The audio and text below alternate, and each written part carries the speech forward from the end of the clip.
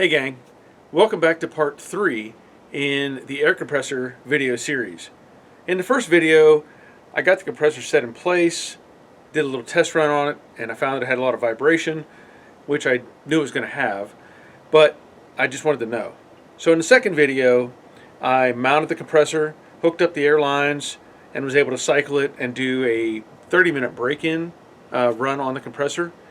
And then I needed to build the shed around it. So in this video, I'm going to go over how I built this shed and show you that construction process.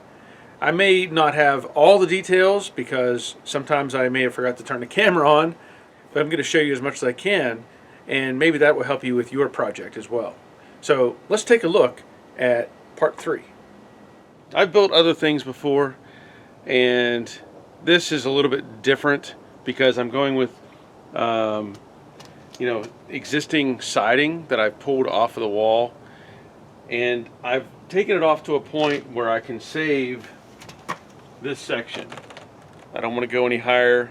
It would be kind of pointless to add another 10 or so inches when I don't need it. Now the difficulty is trying to make this work without taking all the siding back off, because if you've ever used siding, you start at the bottom and work your way up. This is kind of backwards. So here's my plan. I'm taking the piece that was at the bottom of the stack, let's say, and I'm going to mount it up here so that it has something to catch on. The next problem is having my roof structure that's going to come out.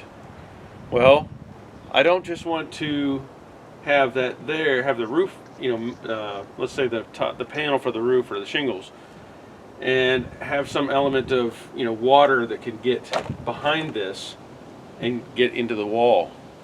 So along with this piece going in, I'm going to take some flashing and actually put it up behind all of this, and then put this piece in, reattach the vinyl, and then the flashing will be hanging out.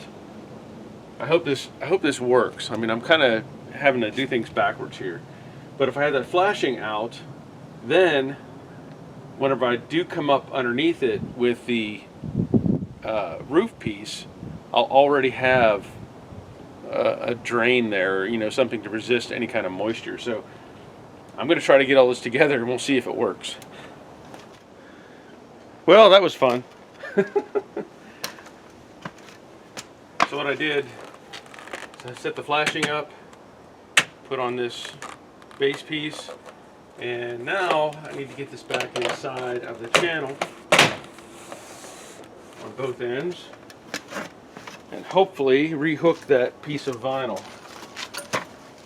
I'm sure they probably make a tool for it, but I'm going to use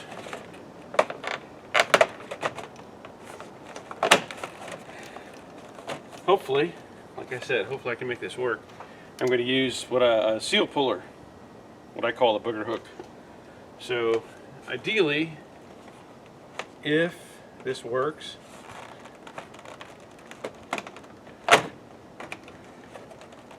stretch this down.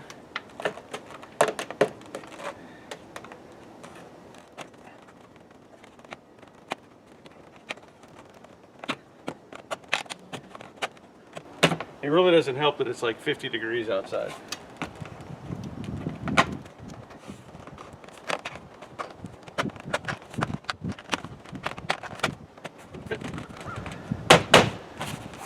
All right, now I have the flashing so I can pull that up.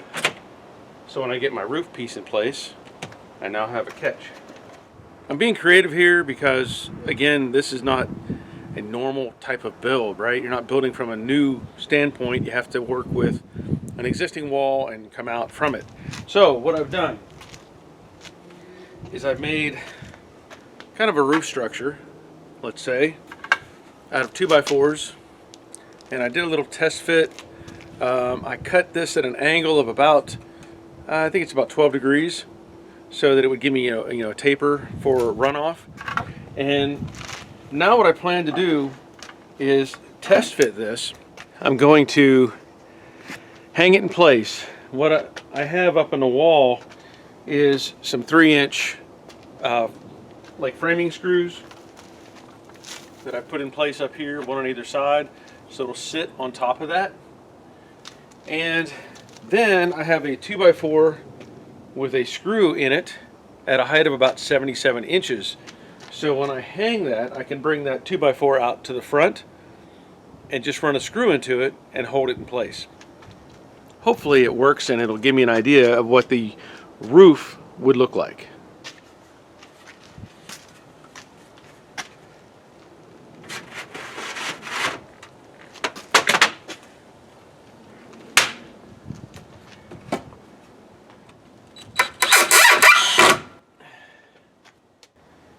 So there you can see from the side, I probably didn't have that far enough away when I was filming, but again, I hooked that up on top.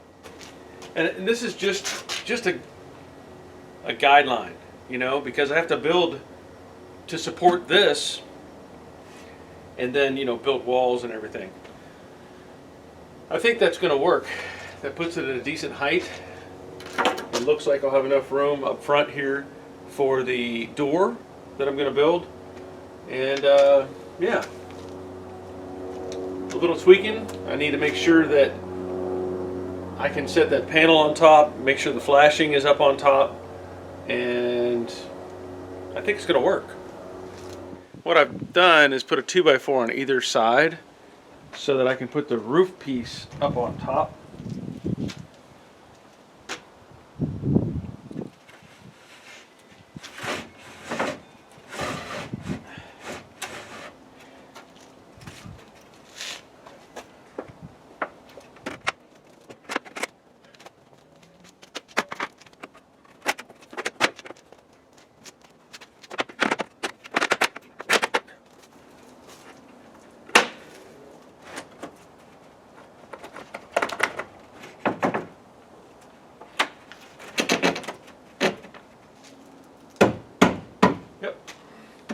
Put some nails in it without knocking everything down, right?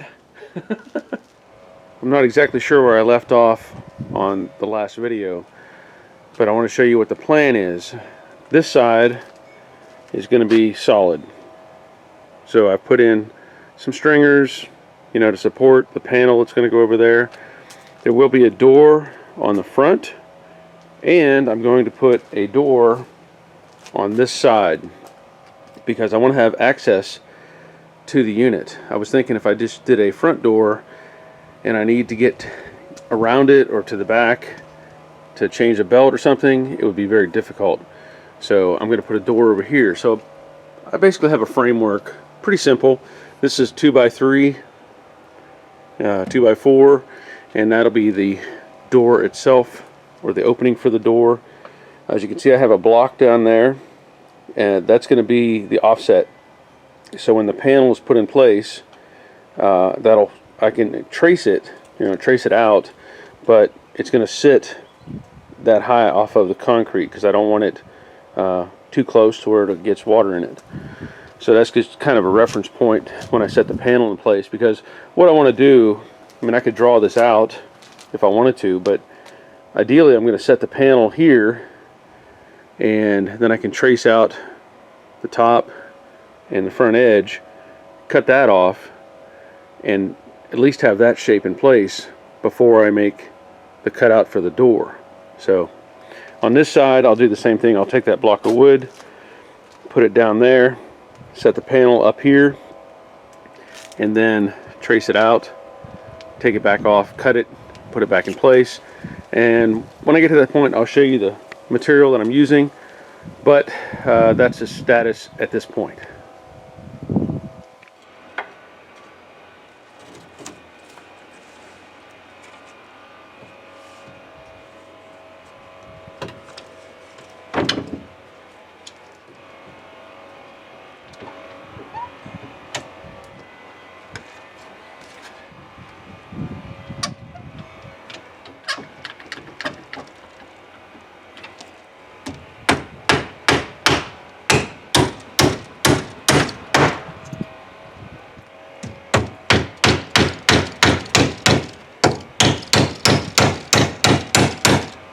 that's it for the moment. I just want to get it up in place, get a couple nails in it, and move on from there. As you can see, it's like T111 siding, but with 4-inch on-center grooves. I think it's going to look nice. Of course, I'm going to paint all that. You can probably hear my neighbor running his leaf blower. That's what happens in the fall, right? Well, here's the progress. I have, again, that other panel on the right side. And what I've done, again, is set a block down there, square up the panel, and then I drew a line and cut that line off. I still have to do it up top here. You know, I did a rough trace, and I will trace off the line following the little roof and trim that off as well. And then once I get that in place and I'm happy with where it fits and everything, I will come on the inside and trace out the door opening. And then I can cut that out and attach this outer piece to the perimeter so that I have the framework for the door. Alright, I have the door just sitting in the opening at the moment, and I'll show you the inside. I used the 2x3-inch, 2x3. How do you say it? 2x4s, 2x3s now. Instead of using 2x4s, I use 2x3s, and I think that's going to work fine. I may add another one in the middle. I haven't decided just yet, but I have the leftover pieces over there that I can use, so I may just add one more in the middle just to help keep it straight. Obviously I don't have the hinges on yet, but you know, the door might be just a little tiny bit snug. I can still adjust that, but I think that's going to work.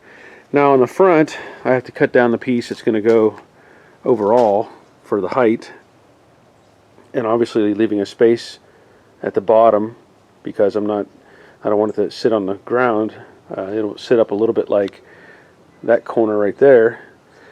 And then once I trim that down, determine my width, cut that down, and kind of do the same thing that I did with this one. I'll take this one out, reach inside, trace it as best I can. Might be a little more challenging since the compressor isn't going to allow me to, you know, come around this area to get over here, but I'll figure it out.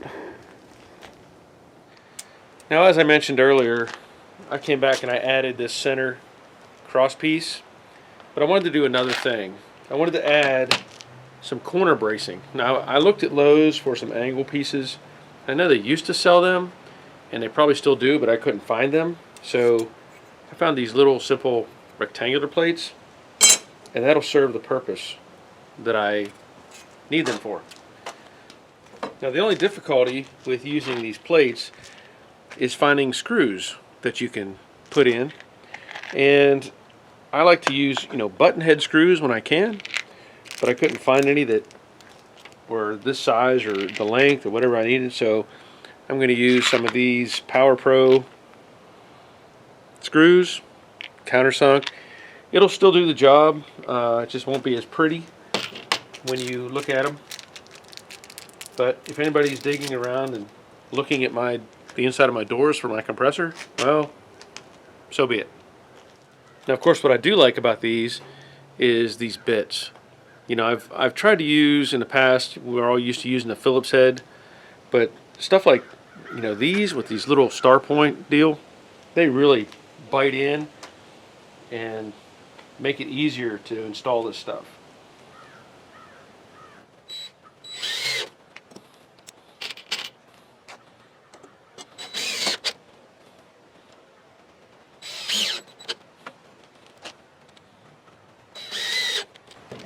So I'll just put plates on all four corners, do that on both doors, and move on from there. Well, I'm making progress. At this point, I have the side door mounted, and I may take it back off because I want to get some paint behind the hinges, but I'm using one of these self-closing gate kits This is National Hardware, and again, this is from Lowe's. And I'll point out that it's kind of neat. In the kit, it comes with an Allen wrench, and in the base of the hinges is a tensioner. Basically, you can stick this into the bottom of the hinge and turn it, and it increases spring tension. So if you have your door not wanting to, come close, you can tighten up the tension on the spring, and it'll help it come together. I still need to mount the catch, and I'll have to look at this a little bit. Shouldn't be that complicated. From the looks of it, you have a base plate, your actual, let's say, a striker, and it can pivot on that if it needs to. And then of course your latching device, which if I hold it the right way, it'll slip into that and latch it back. And you lift up on that piece and it comes out. Pretty simple. So I need to get that in place and go on from there. But let me open the door and just show you how it works. I planned to have it, I wanted it to open to the outside, and you can see that little bit of spring tension pulls it back in. Now I'll probably adjust that, make it a little bit tighter.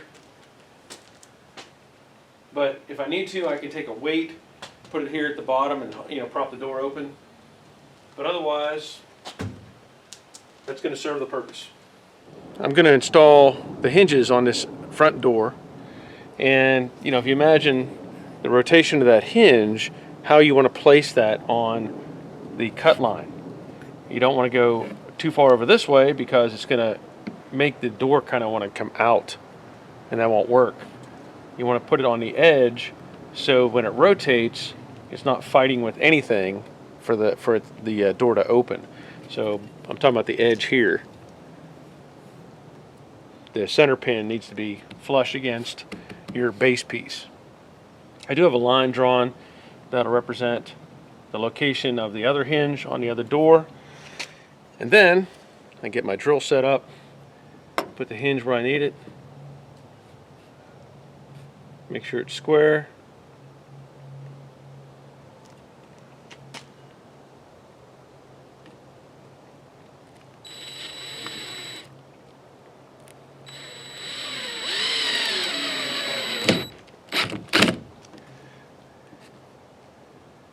That'll work.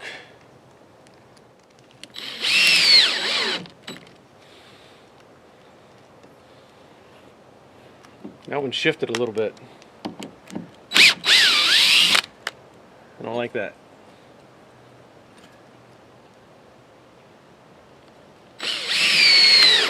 There we go.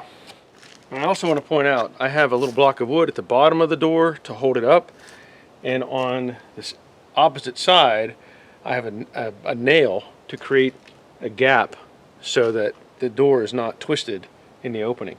Hopefully this doesn't want to move too much whenever I go to put in these screws. The booger hook.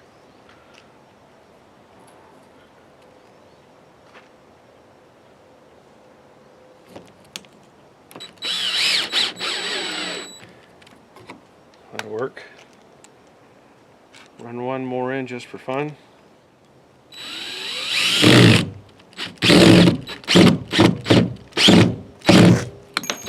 Must be a knot behind that. Okay, now I'll put the lower hinge in and we'll give it a test run. All right, let's see how this works.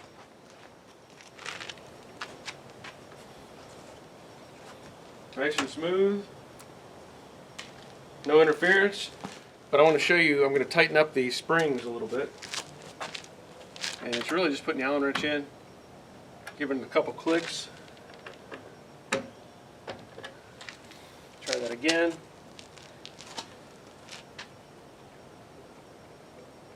Here, pull shut by itself. Now also, in case you don't want that spring or you over tension it, if you take your Allen wrench, and you have to be careful, you can press down on it and it'll uncam. But just be careful, because that Allen wrench, you could probably do it with a screwdriver as well. But with the Allen wrench, if you push down on it, it's going to want to turn, and you could, if you're not careful, you could hurt your fingers or something like that. But Yeah, at this point, I'm happy with that. One more thing to do. Well, two more things. I got to put the vent on the door and another vent on the opposite side.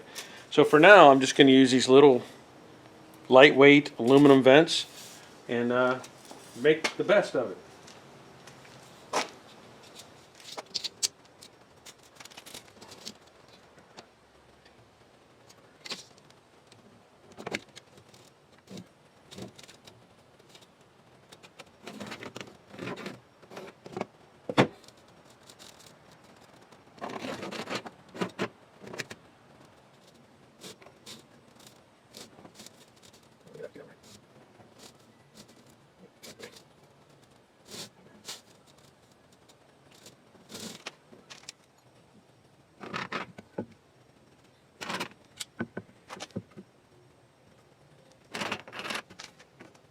Alright, now it gives me the opening that I need to make. So, from there, I need to make some holes.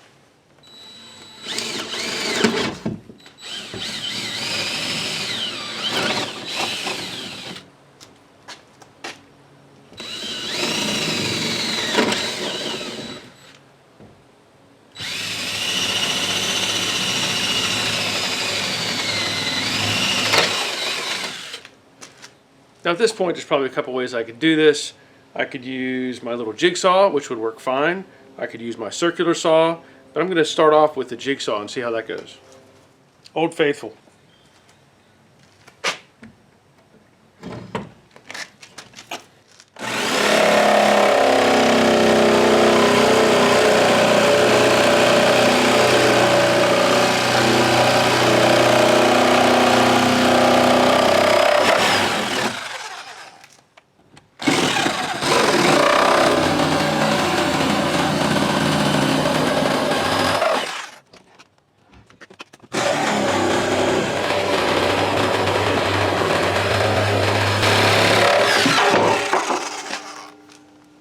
Wonderful.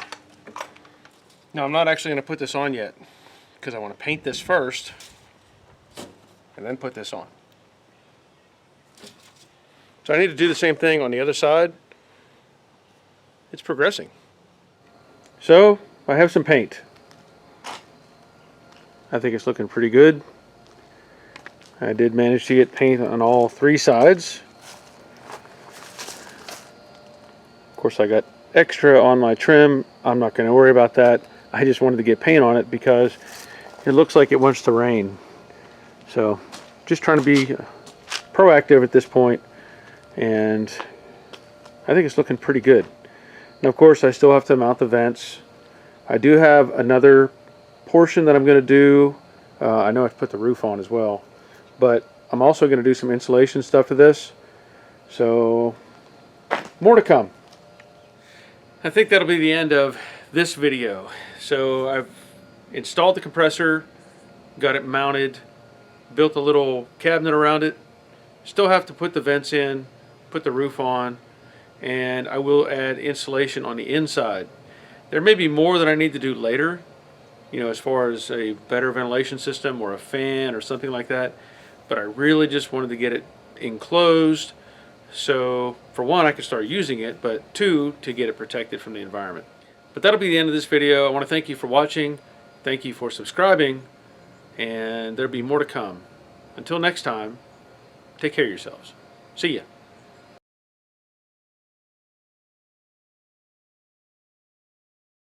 Hey gang, welcome back to part 3 in the air compressor series. I'm going to show you how I built this little building around the air compressor, and then, hey gang, welcome back to part 3 in this air compressor series. In the first 2 videos, I mounted the air compressor.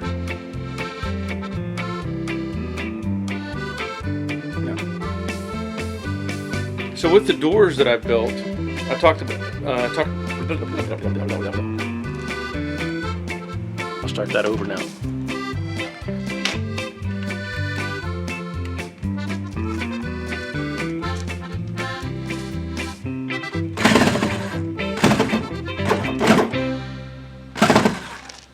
Well,